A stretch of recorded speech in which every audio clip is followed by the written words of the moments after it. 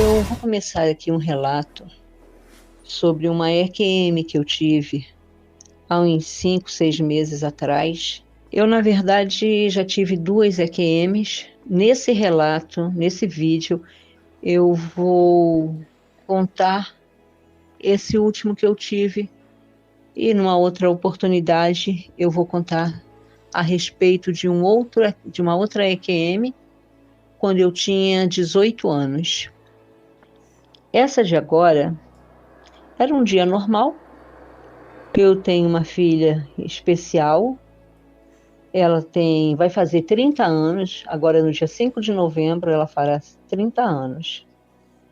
E a história dela é uma história muito, muito triste, ainda que ela não ande, não fale, ela não se movimente, ela ainda assim, hoje, ela é extremamente feliz.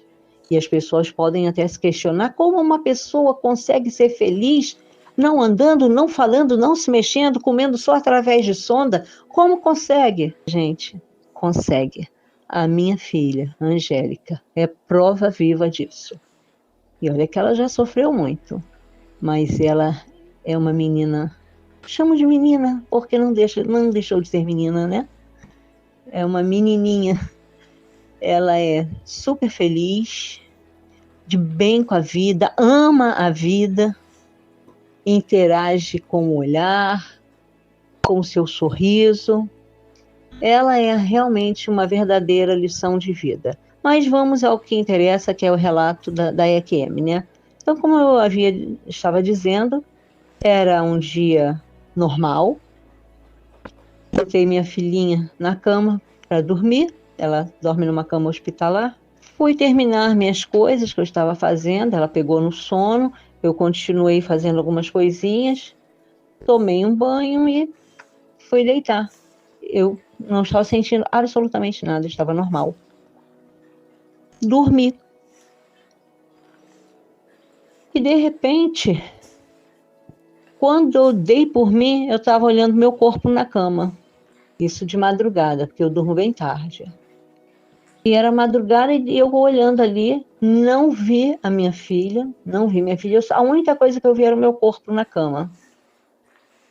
E depois disso, de eu ver o meu corpo na cama, de repente eu estava num outro lugar, fora do meu quarto, que eu não sabia onde era, eu não sabia que lugar era aquele, mas eu estava lá. Era um lugar escuro. Nesse lugar onde eu estava, eu conseguia ver tudo ao meu redor. E eu via que a cidade, quando eu digo a cidade aqui, era uma cidade viva. Quando eu falo essa cidade viva, é porque havia vida, luzes, barulho, tudo atrás de mim. Não que eu tivesse que virar a cabeça para ver a cidade lá atrás, porque eu não precisava virar a cabeça, nem esticar assim os olhos para olhar lá atrás, não. Eu tinha uma visão ampla de tudo. E eu via que a cidade ficou para trás. Ou seja, a vida que eu tinha deixado ela para trás. Cidade, barulho, movimento, luzes, nada disso mais fazia parte de mim. Era esse o entendimento que me vinha na hora. E tudo isso ficou lá para trás, já não fazia mais parte. E eu me encontrava naquele lugar escuro. Era um escuro, mas não era um escuro que eu não enxergasse absolutamente nada. Eu via, era uma penumbra. Não me permitia ver detalhe das coisas, mas eu via assim como é que eu vou dizer, meu Deus? Eu via silhueta, entendeu? Eu via o contorno, conseguia ver.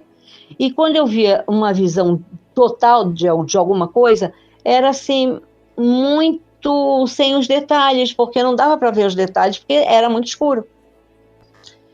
E eu tinha algo para fazer ali. Eu tinha que atravessar uma ponte. Eu não pensava mais em absolutamente nada. A vida que eu tinha ficou para trás. Eu não me lembrava de nada e nem de ninguém. Podia ser a pessoa mais íntima que eu tivesse na minha vida, era como se nunca tivesse existido. Bom, comigo foi assim. Mãe, amigos, qualquer pessoa. Ninguém, eu não lembrava absolutamente de ninguém, como se nunca ninguém tivesse existido assim para mim. Nem da minha filha, a Angélica. Nem dela, é como se nunca tivesse existido. Então, foi um esquecimento total, tudo realmente ficou para trás. A vida que eu tinha ali foi-se embora, de forma que as lembranças também se foram. Não sabia quem era ninguém, não lembrava de ninguém. Era como se ninguém nunca tivesse existido na minha vida, como se tivesse assim zerado. A única coisa que eu tinha que fazer naquele lugar era atravessar uma ponte. E eu vi a ponte. A ponte estava bem na minha frente. Bastavam alguns passos apenas para que eu pisasse no primeiro degrau e continuar subindo e atravessá-la. Eu vi a ponte. E o meu foco era isso, atravessar a ponte, atravessar a ponte. Nada mais existia ali naquele momento para mim, a não ser atravessar aquela tal ponte. E quando eu comecei a dar o primeiro passo, que eu dei o primeiro passo em direção a ela, apareceu um ser na minha frente. Não sei que ser era esse, não era anjo. Eu já comentei sobre essa EQM com algumas pessoas e dizem, mas era um anjo, era um anjo. Não, não era um anjo, gente. Não era um anjo. As pessoas querem curtir na minha cabeça que era um anjo. Eu tenho certeza que não era um anjo, eu saberia se fosse. Não, fui eu que estive lá e eu que estive de frente com esse ser. Não era anjo. Era um ser humanoide, vestia uma veste longa, chegava aos pés, cobria os pés, esse detalhe eu consegui ver, e na frente da roupa que esse ser vestia, se é que pode se chamar aquilo de roupa, acho que era, tinha uma espécie, sabe esses soldados romanos que a gente vê em filme, aqueles filmes antigos, aqueles soldados que lutam com espada e tal, então, eles não vestem tipo uma batinha, né? Eles usam aquele capacete e tal, e tem uma veste, eles usam tipo uma batinha assim, e na frente, assim, numa parte da frente, ele é todo pinçado, tem umas pences assim, esse ser, a veste dele tinha isso. E aí eu insistia, eu forçava para caminhar e ele me impedia. Caminhar em direção à ponte, que eu tinha que atravessar ela, e ele me impedia o tempo todo. Aí eu peguei, mas não havia palavra, não houve conversa entre nós, nem telepática e nem assim via oral. Via oral. Via oral não deixa de ser via oral pela boca, né? Não houve conversa alguma. E nem sinal, nada disso. Simplesmente ele se colocava na minha frente de forma que eu não podia passar. Ele bloqueava a minha passagem, a minha ida em direção à ponte. Aí eu peguei, com a minha mão direita, eu coloquei sobre o ombro dele, como quem diz assim, tipo empurrando ele. Coloquei sobre o ombro dele, mas assim, fazendo tipo uma força para ele sair da minha frente. Assim, no nosso linguajar, seria assim, dá licença, você está me atrapalhando, quero passar. Né? No nosso linguajar seria isso, mas não houve palavra alguma. E eu fazia isso, mas nada adiantava. E devido à minha insistência em tentar empurrar ele para tirar ele da minha frente, afinal, eu tinha que atravessar aquela ponte de qualquer jeito. Mas aí, devido à minha insistência, ele simplesmente, do nada, de repente, sem ao menos esperar, ele emitiu, saía do tórax dele, dessa área aqui. Ele lançou sobre mim, ejetou uma luz azul, era um azul neon, muito forte. E era um fecho de luz, esse fecho tinha um diâmetro muito grande também. E me cobriu totalmente, essa luz azul me invadiu e quando eu dei por mim, eu tinha voltado. para o meu corpo. Mas quando eu voltei, eu não vi eu voltando para o corpo, eu não vi me encaixando no corpo, nada disso, eu não vi nada. Apenas sabia que eu estava de volta. E quando eu voltei, eu já voltei passando muito mal, tendo refluxo terrível, coisa que eu nunca tive na minha vida. E eu só sabia que eu estava me sentindo muito, muito, muito mal. E eu sentei na cama, vi, eu conseguia sentar, e eu sentei, fiquei um tempo sentada vendo se aquilo melhorava, e não melhorava, passando cada vez mais mal. Eu vinha num outro compartimento, num outro quarto aqui de casa, peguei o aparelho de pressão e dei uma olhada na minha pressão. E estava 22, na verdade eu não estou lembrando no momento se era 21 ou 22, era de 20 para cima, pronto. Eram uns 22 que eu estava de pressão, eu levei um susto e a minha pressão já vinha cambaleando um pouco, mas não a esse ponto. Era assim, às vezes dava 14, então eu não ficava tão preocupada. Mas nesse momento estava. Era mais de 20. Eu não. Gente, eu não estou garantindo para vocês, tá? Eu podia dizer 20, mas não tenho certeza. Só sei que era mais de 20. Agora me fugiu aqui. Aí eu corri, ainda que fosse 20, já era extremamente alta. E aí eu corri para o chuveiro, intuitivamente, eu corri para o chuveiro, deixei a água quente sem cair por cima da minha cabeça e voltei para aferir a pressão, já estava 13 e eu fiquei mais tranquila. Eu depois, analisando, falei, meu Deus, eu acho que eu ia morrer nessa noite. Eu ia morrer e deixar minha filhinha na cama sozinha, porque nós moramos sozinhas há muito tempo, desde sempre.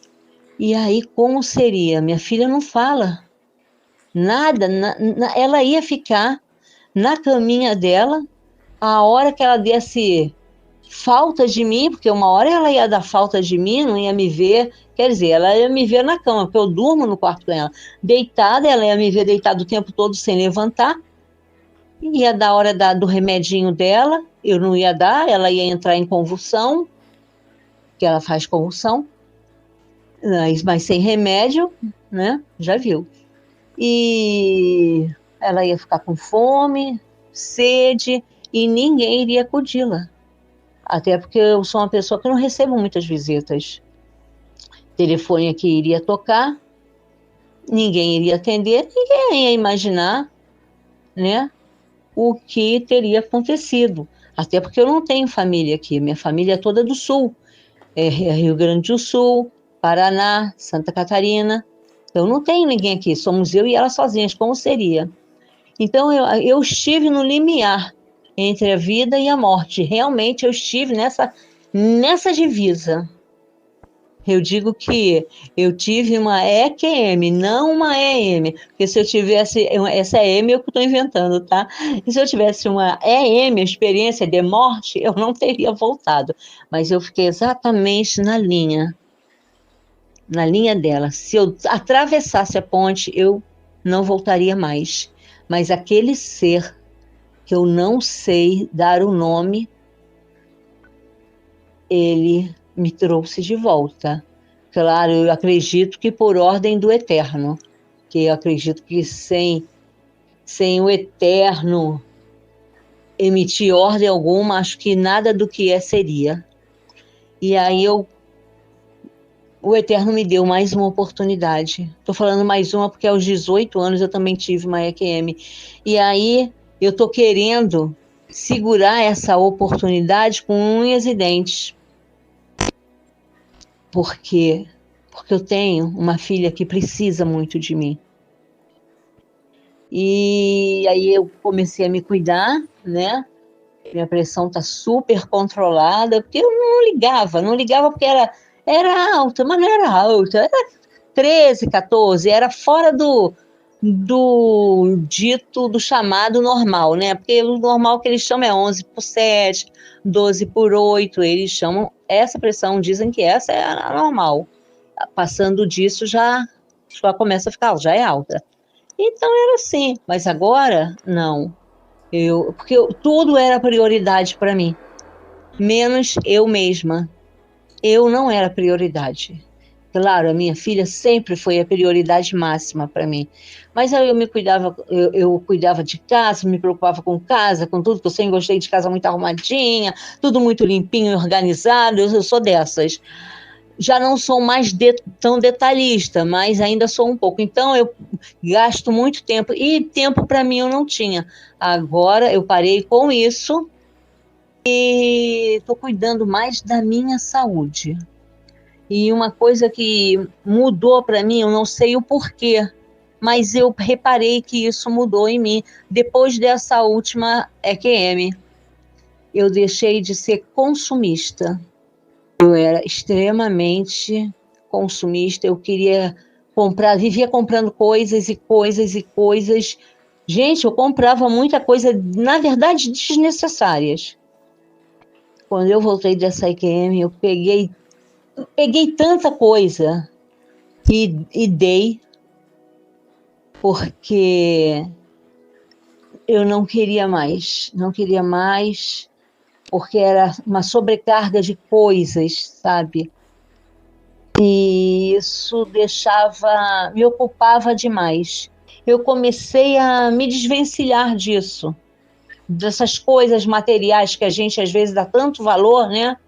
Eu comecei a me desapegar. E isso fez com que eu liberasse. Então, isso eu vi em mim. Eu era uma pessoa que vivia na internet comprando, comprando e comprando. Parei. Parei com esse negócio de compra, compra, mas porque isso mudou dentro de mim, nessa última EQM.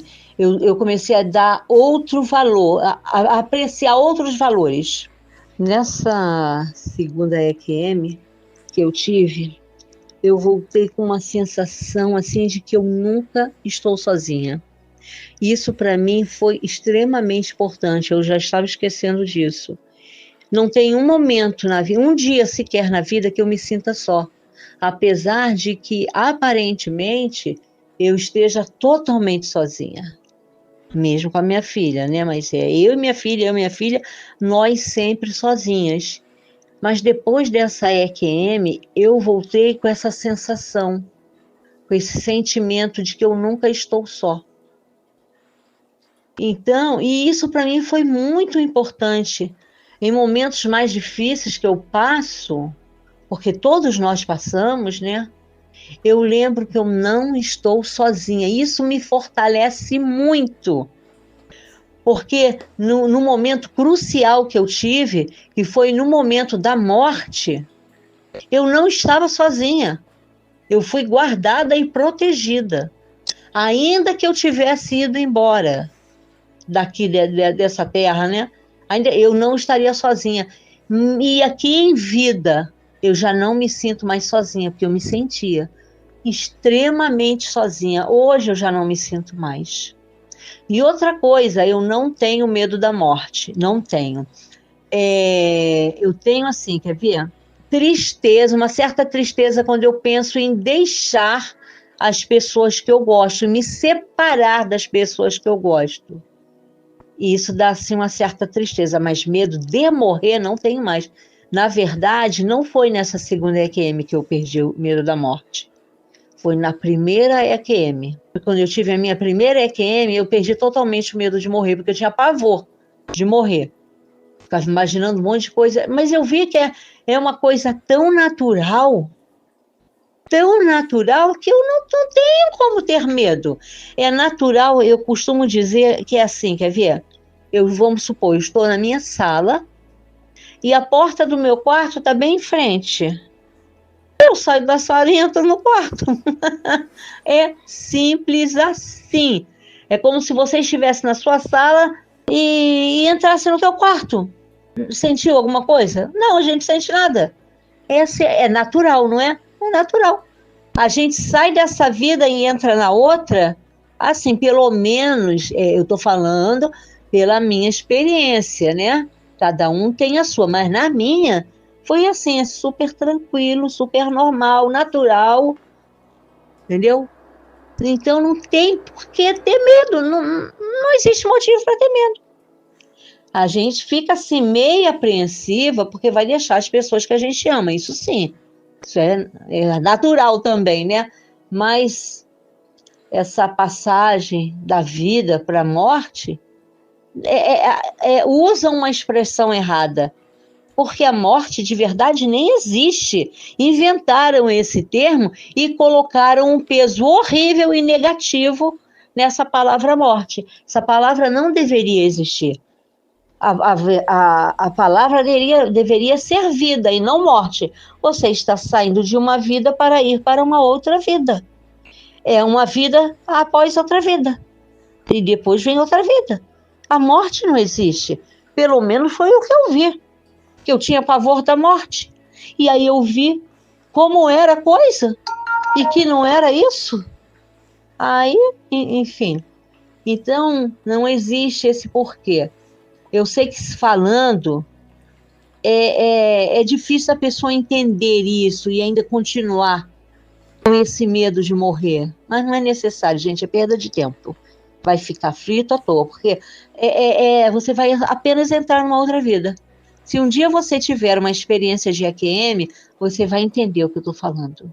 É super tranquilo. Bom, comigo foi. Pode ser que hajam outras pessoas que não tenham essa, né? Que não tenha sido assim. Mas comigo foi muito, nossa, tranquilíssimo. Foi como se eu estivesse bebendo um copo d'água, entendeu? E as minhas EQMs, tanto a primeira quanto a segunda, as duas foram de grande valia para mim. Porque na primeira eu fui totalmente curada. E nessa segunda eu voltei passando muito mal com a finalidade de me cuidar, como eu estou me cuidando e estou muito bem, obrigada. E é isso. Minha trajetória em transcomunicação instrumental, primeiro, quando eu conheci a transcomunicação instrumental, através de uma palestra que eu fui assistir, né, que uma mãe, também enlutada, me carregou para uma palestra no centro espírita, e lá o senhor estava fazendo a apresentação da transcomunicação instrumental, e aquilo me encantou, porque a transcomunicação instrumental, na verdade, eu poderia experimentar o fenômeno. Não viria de terceiros ou de um médium, onde eu pudesse ter dúvidas da informação.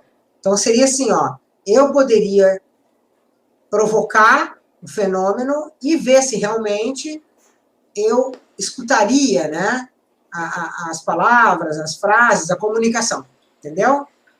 Que transcomunicação instrumental, como o nome diz, é a comunicação transcendental através de aparelhos eletroeletrônicos, através de rádio, televisão, são vários métodos que existem. E isso ocorreu espontaneamente já há muitos anos. Espontaneamente, os espíritos não só usavam os médiums para se comunicar, também começaram a usar equipamentos eletrônicos. Então, aí foi que eu me aprofundei. Então, eu li muito, estudei bastante, né? E casualmente, depois dessa palestra, foi uma coisa interessante, porque depois dessa palestra, o meu sogro era espírita. A minha sogra espiritualista, mas o meu sogro era espírita convicto. Então, eu fui até a casa dele um dia em busca de literatura do espiritismo. Quando eu cheguei na biblioteca dele, eu vi um livro, Telefone para o Além, me chamou a atenção. Quando eu puxei o livro, era sobre transcomunicação instrumental, o pioneiro da transcomunicação. Então, aí já estava o sinal de que realmente esse era o meu... seria a minha caminhada na busca, né? E ele perdeu uma filha com 22 anos de idade, meu sogro, de câncer de útero, de ovário, não, de câncer de ovário, não era de útero.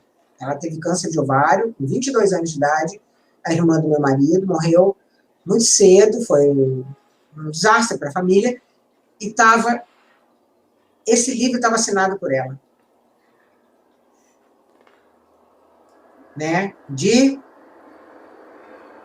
fulana de tal, papapá. E aquilo ali me tocou profundamente também. Eu tinha recém perdido o meu filho, então eu falei assim, eu acho que aí é o meu caminho. E aí é como se eu fizesse um entendimento ali de que seria essa trajetória que eu faria dentro da espiritualidade através da transcomunicação instrumental. Eu comecei a ler muito sobre isso, me aprofundar. Tive contato com 2 pessoas, né, em busca de informação pela internet. Eu tive contato com 2 pessoas que eu tive muita sorte, eu caí em boas mãos, onde eu pude aprender.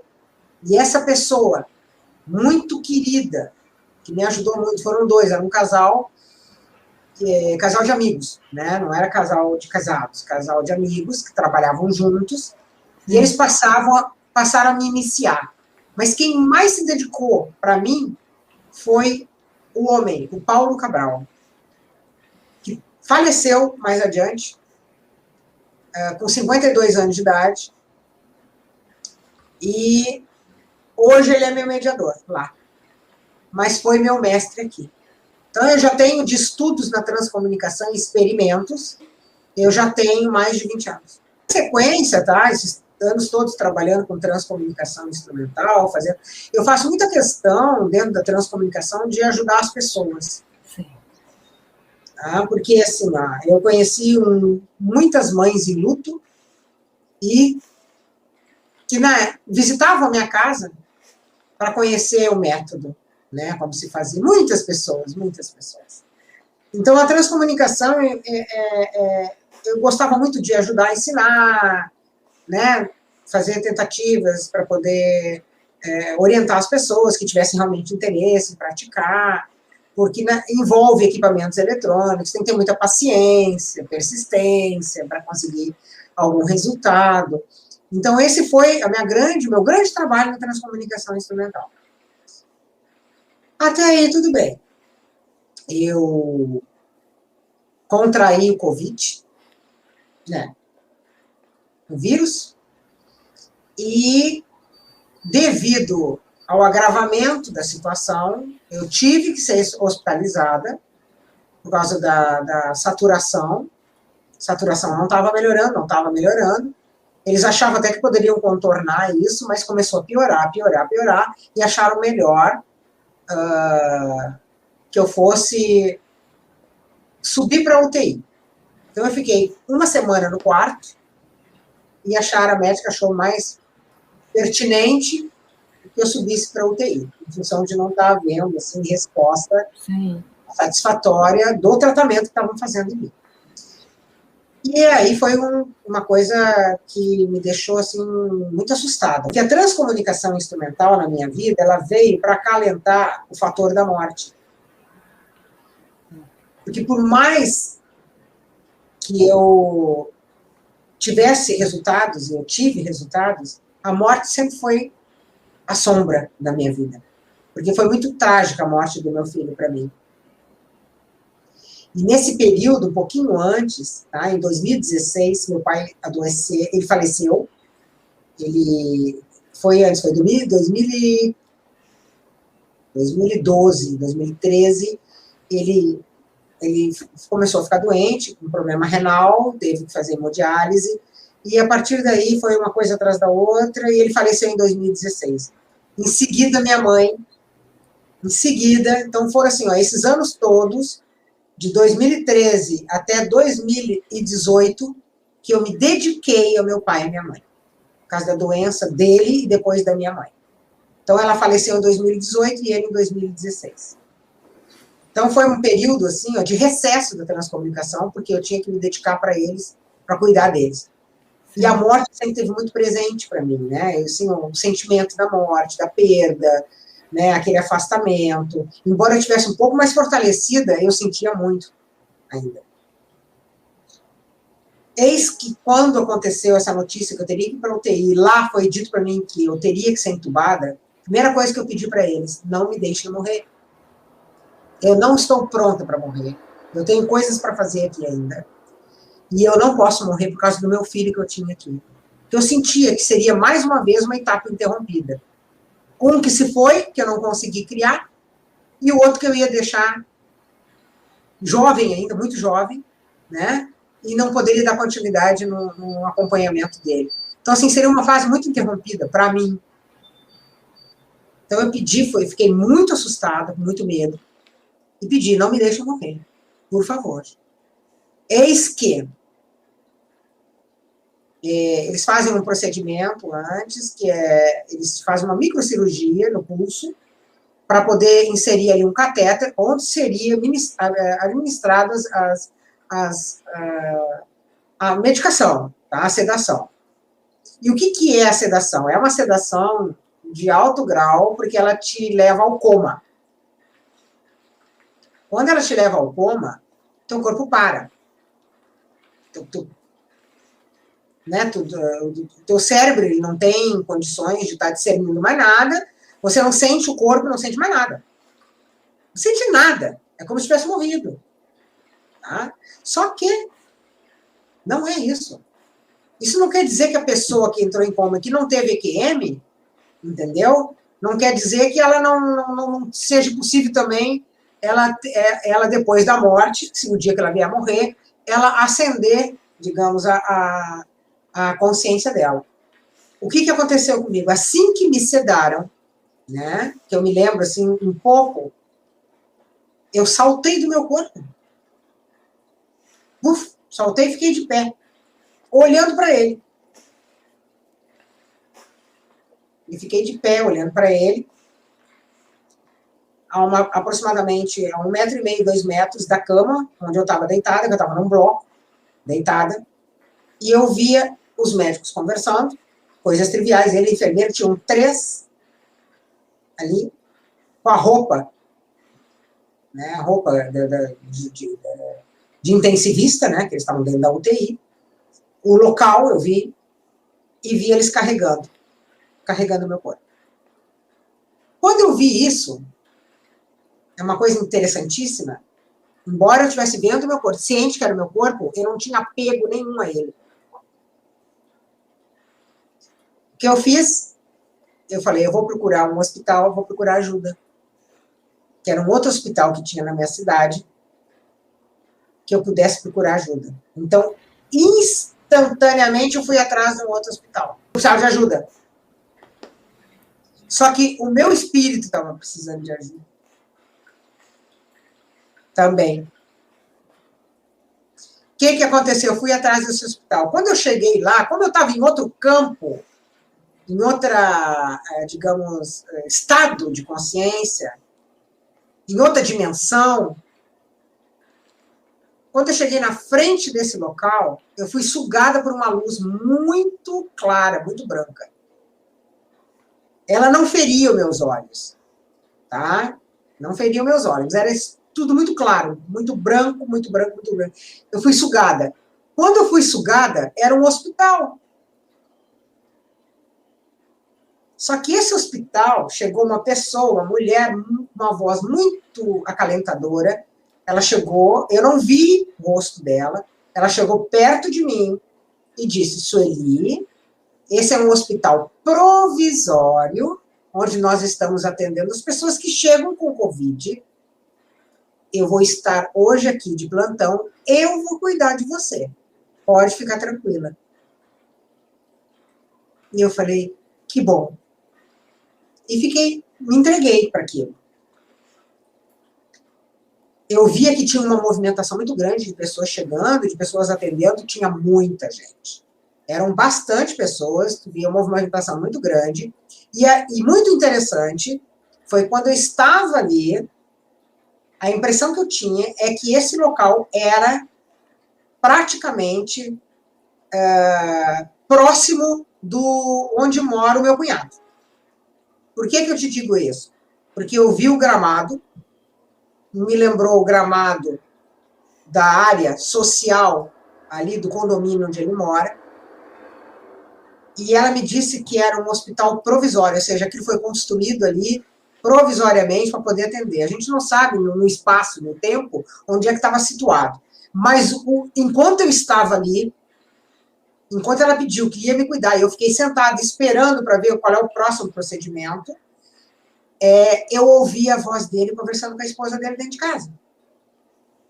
Meu corpo estava num lugar, e minha consciência estava em outro. A partir daí, foi que eu comecei a tomar uma sucessão de episódios, onde foi tudo muito rápido.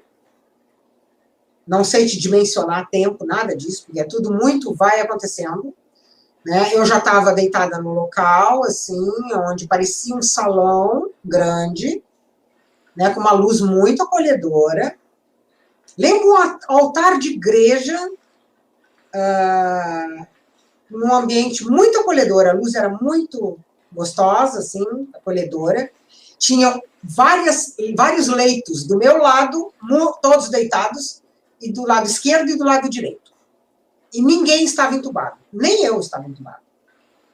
Então, nós estávamos deitados, tipo, repousando. As pessoas estavam ali deitadas, sendo tratadas. Eis também que aí já se sucedeu uma outra cena, onde eu estava também, eu fui até uma sala, que era uma sala de nebulização.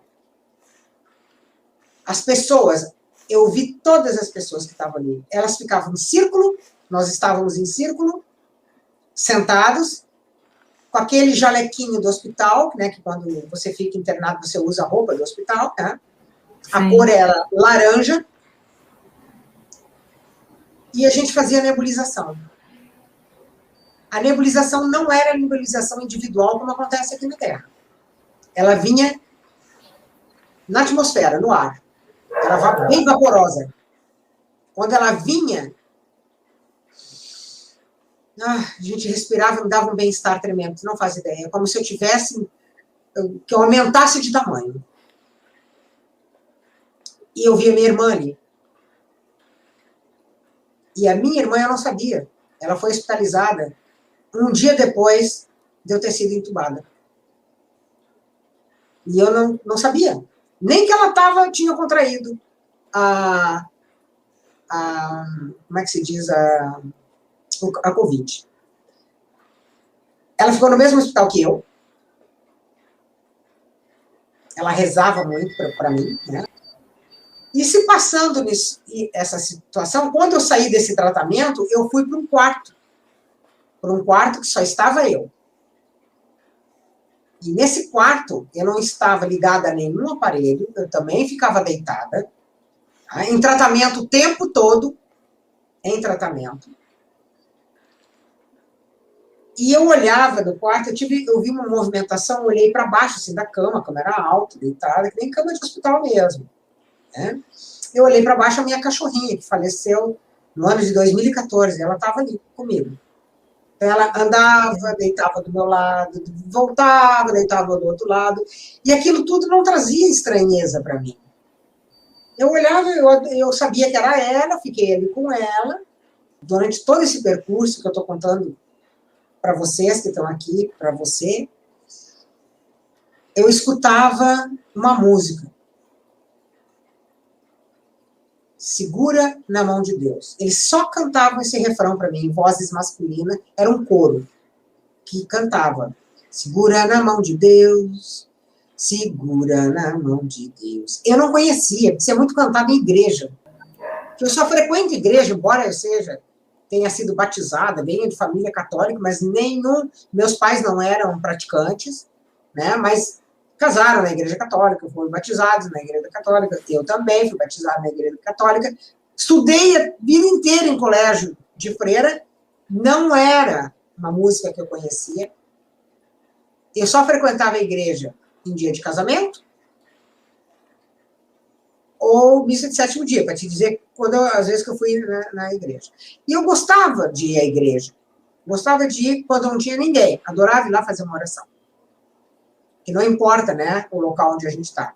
A oração, ela se faz, estando dentro de uma igreja, estando dentro da minha casa, não importa. Então, assim, eu não tinha um vínculo católico, entendeu? Então, essa música eu não conhecia.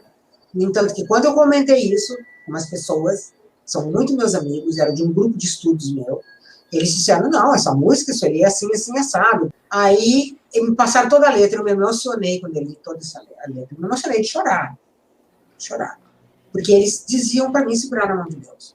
Só as vozes. O que eu via era a movimentação, né, perto de mim, quando eu estava rezando, pedindo que eu precisava voltar, que eu precisava voltar, que eu precisava voltar, rezava Pai Nosso, Ave Maria, tudo muito consciente, eu preciso voltar. Só que nesse período, que eles ficavam cantando isso aí para mim, tá? Nesse processo todo, como eu, nesse quarto que eu estava, onde a minha cachorrinha estava do meu lado, abriu uma tela em cima de mim. Como se fosse uma tela, eu estivesse assistindo, eu estivesse num planetário, vamos dizer assim. Sabe o planetário, né? Quando a gente vai assistir aquelas... Então era tudo... A tela era em cima. Assim. Ficava em cima, eu deitada e eu via. As orações que chegavam para mim, elas se transformavam todas em flores.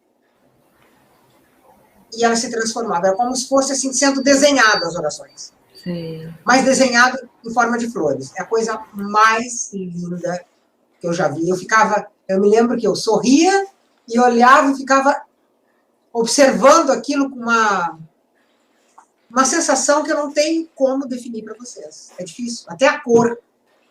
As cores, eu sei que as cores tinham o fúcsia, tinha o roxo, tinha o vermelho, tinha o cor-de-rosa. Tinha inúmeras cores ali que fica difícil de explicar. É outra vibração. Então, aí era assim, como se fosse uma tela enorme, apareciam as flores, aí eu olhei para o lado, mais do lado das flores onde apareciam, aí eu comecei a ver as pessoas. Quem apareceu ali foi minha mãe falecida, meu pai falecido, o meu sogro falecido, meu filho falecido. Meu filho já tinha idade mais avançada, ele faleceu aqui com 2 anos de idade, mas ele apareceu bem mais moço, né, assim, um jovem adulto, sorridente, totalmente reconhecível, porque você reconhece porque você sente tudo aquilo. É uma coisa muito interessante. A gente sente com o corpo todo. Eu sentia, eu vi meu corpo, mas ele era de uma matéria diferente. Ele tinha, assim, como se fosse, eu via minhas pernas. Ele era sutil. Tá? Eu vi os transcomunicadores, 4 deles apareceram para mim, sendo que um deles sorriu muito para mim, o outro me mostrou equipamentos. Não consegui definir bem os equipamentos, mas eram muitas antenas que tinha ali com ele. Antenas. O meu pai falava comigo, mas você não escutava a voz, você sentia o que ele estava dizendo. Então ele falava, ele não estava gostando. Ele estava muito contrariado que eu estava ali. Tipo assim, aqui não é o teu lugar. Eu fiquei observando aquilo, só observando. E depois, eu passando essa fase, não, essa situação, eu voltava para as flores, que as flores continuavam vindo, se apresentando, né, com cores variadas, desenhos lindos, formavam as pétalas, as pessoas que oraram por mim, que elas encomendaram orações para mim no grupo das carmelitas, né, gente que é mais religiosa, da religião católica, outros da linha mais budista. Eu tenho vários amigos, né, e cada um foi na sua linha orando. Então, eu recebi muita oração. E eu recebi todas elas. E elas curam. Porque o médico disse, eu fiquei sabendo depois, porque a médica falou comigo, que eles era muito comentado o meu caso lá dentro, do milagre. Ela falou para mim. Passado isso, eu olhei para a tela, eu vi a Via Láctea. A Via Láctea é a poeira cósmica, aquela cor linda. Vocês imaginam a Via Láctea, onde o universo é todo preto, tem aquela poeira cósmica com aqueles pontos brilhantes, e o silêncio é absurdo. Então, quando eu vi aquilo, eu comecei a rir. A coisa mais linda quando eu vi aquilo. se apresentou na tela. E quando isso aconteceu, eu me expandi. Eu adentrei naquele universo e vivenciei aquilo, que ali era Deus. Que aquilo ali tudo fazia parte de mim e eu fazia parte daquilo ali. É o único jeito que eu tenho de falar para vocês meu sentimento, que não tem palavras para descrever. Não tem palavras, realmente. Eu não tenho palavras para descrever a sensação. Só dizendo que aquilo ali é o Deus, foi o Deus, que é o todo, tá? E aquilo está dentro da gente e a gente está dentro daquilo. E aconteceu um episódio interessante, que me chamou a atenção no final, porque quando eu voltei, saí do coma, que você volta pro corpo, que você sabe onde você está, né? Quer dizer, a gente sabe, no momento algum, eu sabia o tempo todo onde eu estava. Quando eu estava lá, o que eu estava fazendo, o que eu estava rezando, por que eu estava rezando, e quando eu estava aqui, tá? No corpo físico. Mas eu estava nessa sala, mas tinha uma TV, mas essa TV era diferente, ela era assim, ó. Ela era retangular, comprida, assim. E tinha como se fossem umas persianas brancas do lado, assim, como se fosse persiana, uma coisa ultra moderna. E foi nesse local onde eu escutei uma mulher chegar atrás de mim, não era médica, eu senti que era uma enfermeira. Ela disse: Sueli, você quer tirar o tubo? E eu falei: eu quero. Eu falei: eu quero. Ela disse: eu vou falar com o médico. Aí tu perde a noção de tempo.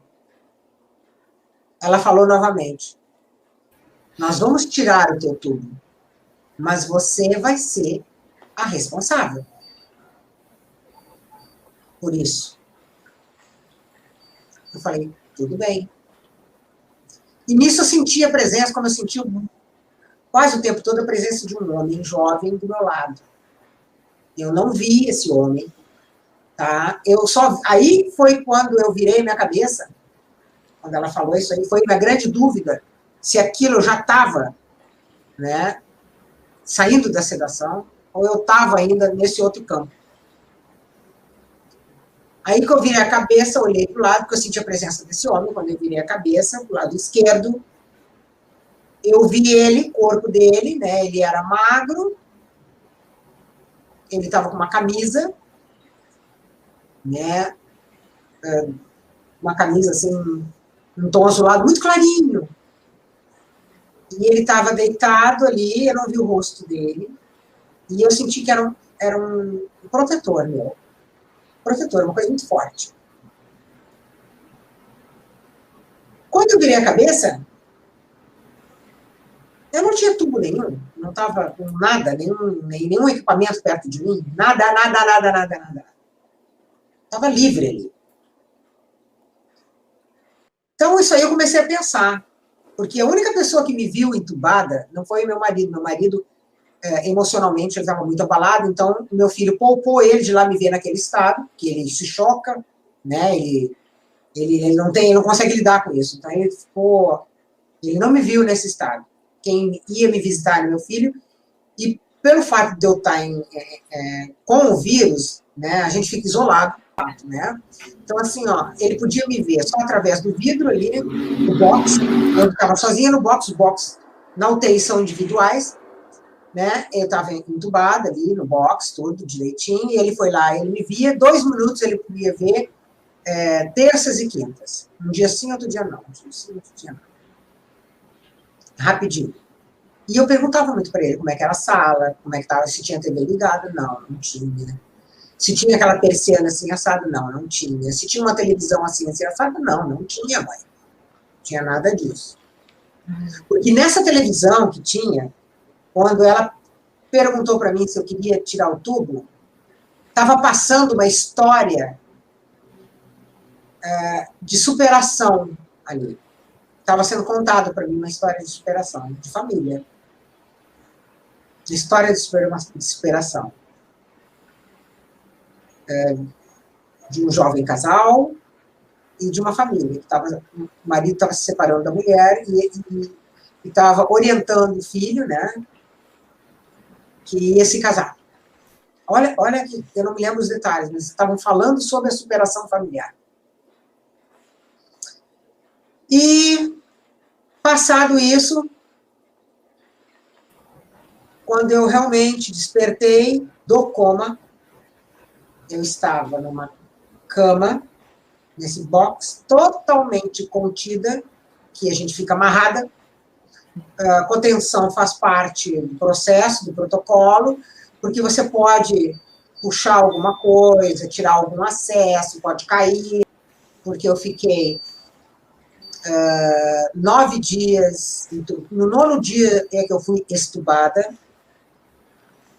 Eles me pronaram durante esse processo, ou seja, quando eles te viram de barriga para baixo, foi aí que começou. Eu tive 24 horas que saberiam se eu ia sobreviver ou não. Eram 24 horas decisivas para mim. Foi aí que meu filho me contou depois. E eu comecei a responder quando me pronaram. A partir daí, quando eu acordei, tu tá naquela situação que tu sente o peso do corpo, o desconforto do corpo, as dores do corpo, as limitações do corpo. Foi um processo. Eu fiquei muito feliz de ter voltado, mas muito feliz. Mas eu tinha sonda por tudo quanto é orifício. Eu fiquei mais de 20 dias sem poder tomar água, porque a alimentação é via sonda, né? A água, era tudo via sonda. Tá? Toda a tua nutrição era via sonda. E medicação, muita medicação, né? Que eu tive que tomar em termos assim, de antibióticos, corticoides, né? Que te dão, que você segue fazendo isso. Então, assim, o que acontece no coma depois? É um sofrimento, não é uma coisa fácil. O pós é muito difícil a recuperação, tive que fazer muita fisioterapia. Fiquei 30 dias no hospital, sendo que 9 entubada. E segui, quando eu vim para casa, foi eu que decidi vir para casa, quase uma semana antes, eles quererem realmente me liberar. Por quê? Porque ali eu sentia, foi na crise aqui do Rio Grande do Sul, onde estava morrendo muita gente. Eu perdi amigos, perdi conhecidos. Então, eu preferi sair do hospital, já que eu tinha saído, já estava curada do Covid, não estava mais transmitindo, tinha ido para outra ala, eu falei, meu Deus. Primeiro, eu estava com medo de estar ali dentro do hospital, já que eu estava curada. E segundo, a gente vê, assim, via as pessoas que estavam falecendo. Você acaba vendo alguma coisa ou outra, né? Porque eu queria voltar e eu precisava voltar. Então, eu me esforcei demais com a fisioterapia para poder voltar a andar. Eu não tinha força para pegar numa pinça. Você perde o tônus muscular, porque a medicação faz isso. Você perde a massa muscular toda. Então, eu não tinha força, eu não sabia mais andar. Você aprende a engolir de novo. E para mim voltar a comer, tu tem que fazer exercício, fisioterapia, fonoaudiologia, é uma série de coisas que é como se tu ficasse nenê. Você usa fralda, você anda de andador depois, até a coisa indo devagarinho. Tive que aprender a caminhar. Olha só que coisa louca. O corpo da gente para. É a EQM que me deu força. A EQM, daquela coisa linda que eu passei. Então, assim, o que aconteceu com a EQM? Se fosse me perguntar, a EQM me fortaleceu, me deu a certeza absoluta de que existe a vida depois da morte. Não tenho dúvidas em relação a isso.